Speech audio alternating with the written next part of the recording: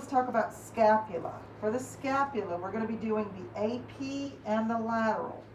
The lateral scapula is very similar to the scap Y, which you've already learned, okay? So I need a patient. Who wants to be my patient? Somebody come on up. We are going to turn our IR 14 by 17 lengthwise because the scapula is longer versus wider. So put that in. Before I get my patient, I can go ahead and set my collimation to a 10 by 12. Just kind of do this. I can go ahead and set my collimation to a 10 by 12 lengthwise. There we go. Okay, patient comes in. I would have everything from the waist up off. He's got a t-shirt on. That's fine. He can leave that on as long as he doesn't have any necklaces or logos or patches or anything that would interfere. He's fine. Females though, the bra would need to come off. Long earrings, anything in the hair would need to be moved out of the way.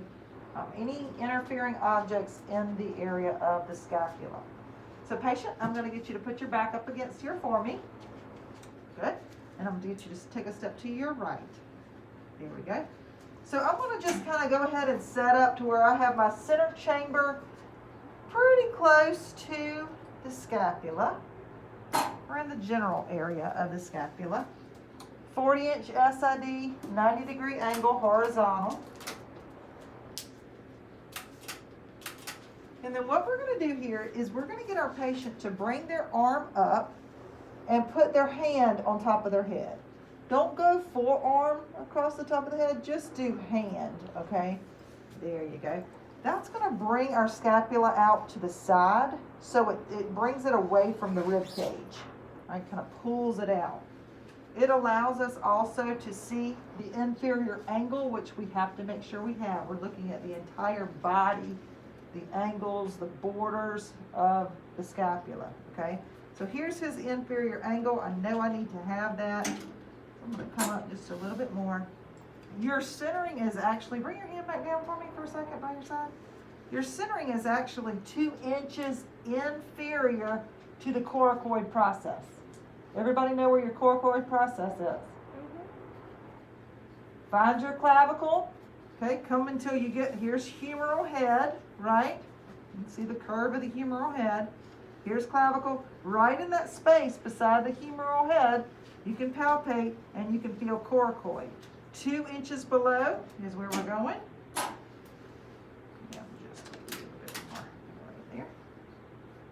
Okay, then bring the hand up. Put your hand right on top of your head. Elbow, it's fine if the elbow is kind of forward. If I bring it back too far, that kind of pushes the scapula back behind the ribs again. If his elbow is forward, that's good. I want to bring that scapula out. What I don't want is the patient to rotate the chest, okay? I need their back all the way up against the IR. So here, I'm going to slide him over. See all this light I have right here? I got to make sure I'm also getting the medial side of the scapula. So I'm going to just bring him over just a little bit. Watch chin, face, head. If you can just turn your head away from me. There you go. Make sure I am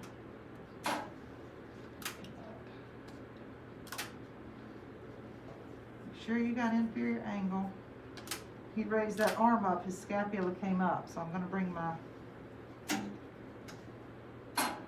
well, all right, let me kind of summarize what I just did. Remember I had his arm down and I went 2 inches distal or 2 inches inferior to the coracoid?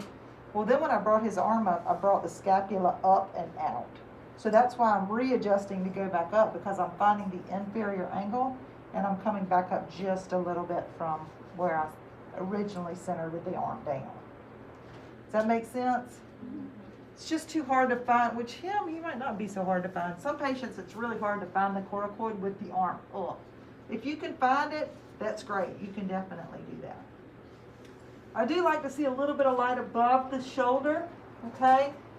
And it just depends on the body habitus if you're going to have light here or even light up here. If you have a really large patient, you may not, and I don't want to say really large, big-breasted patients, real muscular beefy arms, chest, you're going to cover a 10 by 12 light field very easily, okay?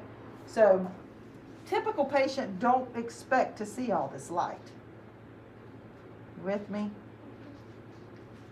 All right, so we got entire scapula. I can feel inferior angle here. I am going to put, where do you think the best place to put your marker? Right there in the light. If I put it up here, it's going to be in the humerus, right?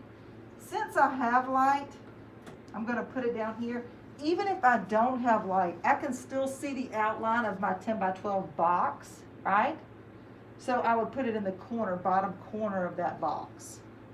Because soft tissue is most likely going to be covering that area for the average size patient. Okay? And gowns. Another thing you got to think about, if you got a gown on and you pull that arm up, the gown's going to be covering that area. So you might have to push the gown in to see any light at all. That's the AP scapula. Shield your patient. Oh, will you grab that and push it over here for me? Now for this, we are going to use a breathing technique. We'll use the breathing technique with the transthoracic. So same thing. Tell your patient, just breathe normal or take in a deep breath slowly and let it out slowly. And just continue breathing just like that. Long, slow breaths. And then you would expose while they're breathing. And then you can breathe normal. It's a breathing technique that's to blur out the lung markings in front of the scapula. Yes, always going to have a long exposure time, minimum of 3 seconds when you're using a breathing technique. Good question. Any other questions? All right, let's do the last.